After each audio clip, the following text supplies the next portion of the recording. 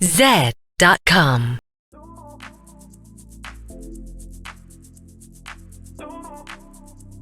สำหรับวิธีการเฮ็ด Redirection อยู่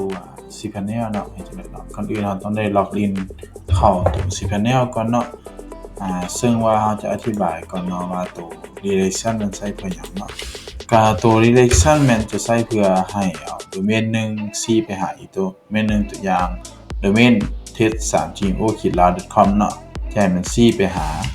ตัวนี้เนาะตัว test3gmo.com นี่เนาะจะให้มันซี้ไปหาโดเมนนี้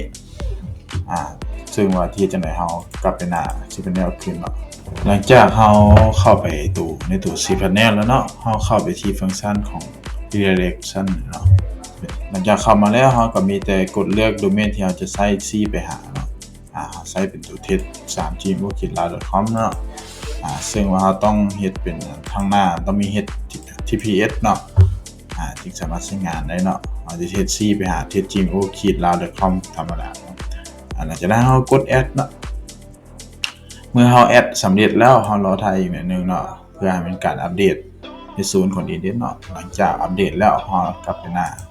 ตัว test3 มึงอีกบัดนึงเนาะมันจะไปหา test3gmo บ่เนาะโอเคมันไปแล้วเนาะเมื่อซี้ไปหามันก็จะซี้ไปหาตัวโดเมนนี้เลย